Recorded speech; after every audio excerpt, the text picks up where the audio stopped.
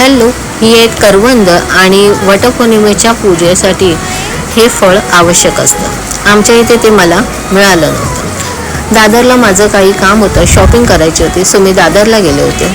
पण येताना पाहिलं तर स्टेशनच्याच अगदी बाजूला अफाट गर्दी मला दिसली. जो तो अगदी वाकून बघत होता. काय ते समजलं नाही, म्हणून मी एकाला विचारलं की इथे काय मिळतं.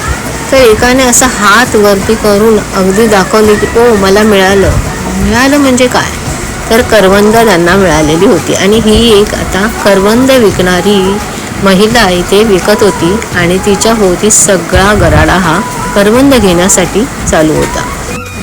करवंद मिळाल्यानंतर इतका आनंद कुणाला होऊ शकतो हे पहिल्यांदाच तिथे मला जाणवलं.